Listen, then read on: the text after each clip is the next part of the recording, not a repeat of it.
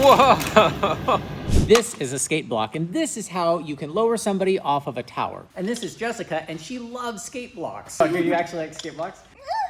I'm a rope access technician. I do confined space rescue. Is there a fear about skate blocks that we're trying to break today? There's concern in the rescue community that if you were doing a hybrid skate block and the track line were to fail, the patient might pendulum into whatever hazard you were trying to avoid. And we have a really cool technology here called Mark's quick release system. So we're going to use that to test whether or not this dummy is going to actually swing into this tower. This is an example of a traditional skate block system. And so how it works is you have a descent control device at the bottom anchor, which is the vehicle here. That could be a Maestro, Petzl ID, clutch. The rope travels from that lower anchor all the way up to a high point, which is going to be a pulley, and then redirected back. You have the patient right here. He's clipped back to the same rope on a pulley. And we use redundant systems, so everything I just explained is doubled up. We have our descent control device. Rope runs up all the way to the top there to a pulley, and then back down to our patient who's clipped into the same line with another pulley. So if I gave slack to this rope, it lowers them, which adds tension to this, which I guess is what pulls them away. It's gonna pull them away at most 1/3 of the height of the upper anchor. So if you have a 90-foot tower, the patient is going to land about 30 feet away from the base of the tower. What the hell's a hybrid then? A hybrid is what you use when you need more deflection. Because you want to get them as far away from the building as possible sometimes. How far can you get with hybrid?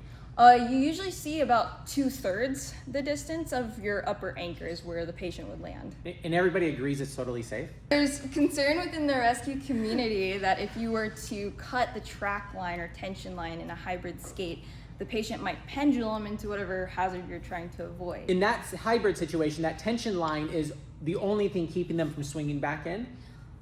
Let's find out. Do they just go back to the regular arc of the skating line, or do they pendulum much further and hit the tower or whatever hazard? Oh, they hit the tower because that makes the video cooler to watch. So you do both maestros at the same time?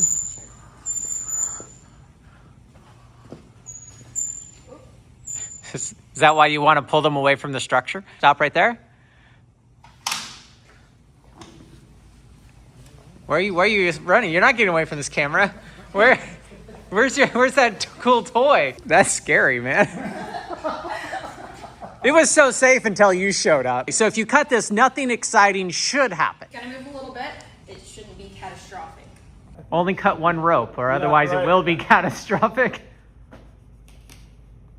Oh God. Get a real knife. What's this sissy knife you got there? Oh God. That's some good rope. Task line available at hownottto.com. Oh yeah.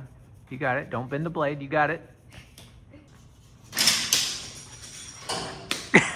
No, not catastrophic, but that sure was interesting. Okay, so this went slack. This is holding it. Our dummy did not hit their head on the spike of death. Are you happy with that result? I'm happy with it. Okay, so let's change it so where we're not happy with it. All right. We're adding this tension line to deflect the patient further away from the structure. And so we have 1 to 2 guys typically pulling on a 3 to 1.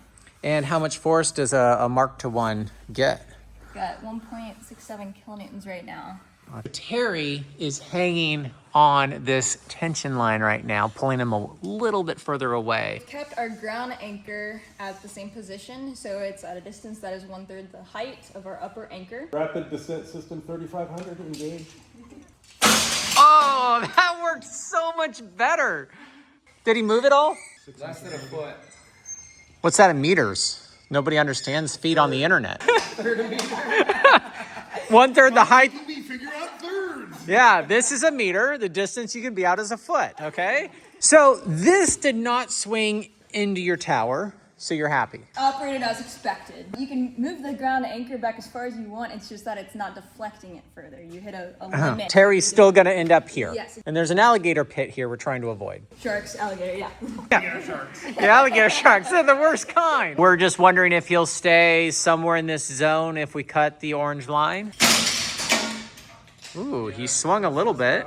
So what's above all this? Heights, lots of heights. Yeah. Heights above. What is heights above? We're up in Arlington, Washington, and we do quite a bit of training for fall hazards work at heights Sprat rope access, industrial rope access. Is this bad boy part of that training? This is our facility, a lot of the maneuvers that we do for the Sprat rope access classes, and we're connected today to the a piece of Microflect telecom tower. And where'd you find that? That was a Facebook find. We've now positioned our ground anchor with a 1-to-1 ratio, so the ground anchor is just as far back as our structure is high. This guy might swing. That was like 4-foot-ish change in position, and when you translate that to real world large scale, what does that look like when that happens on a big structure? How much is that swing large scale? I think we need a big structure. If somebody's got a big structure around here. Oh, look, we found a bigger building. Having some fun with some firefighters. And they just happen to have a big building. We're in the middle of a skate block episode. Shall we cut a rope? Whoa! How many feet is this? 10 feet? What do you think? If we had an obstacle there, we would have hit it, but that's not very violent. What is keeping our victim away from everything, if that fails while we're lowering, where that victim is going to go. Whoa! How far away are we from the drill, Bobby? 25 feet? It didn't hit the ground, but if you were trying to avoid something, that would suck. It doesn't swing past the point that the skate block naturally wants to be at, but it does swing to that point. It would be fun if I was the dummy. How likely am I going to get to be the dummy? You're going to ask.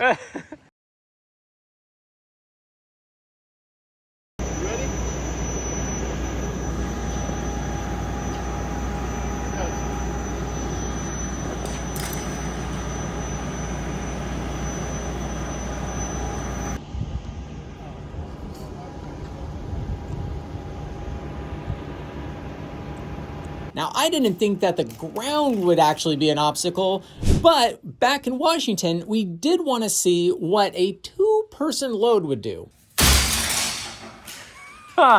We got half a kilonewton more with twice the weight. Wow, how's that math work? There's a lot of YouTube mathematicians out there. And I'm not one of them. What happens if you lower this? Fall where they fall every time. So with the traditional skate block, you're going to end up here. How many track lines do you need? You can keep going with that for all the clearance you want, right? All the redundancy you want. Why do people only use one track line? Because the whole idea of a skate block is to keep it efficient and minimalist in gear. We need more weight and more obstacles. Man, if only there was a way to lift all these dummies up.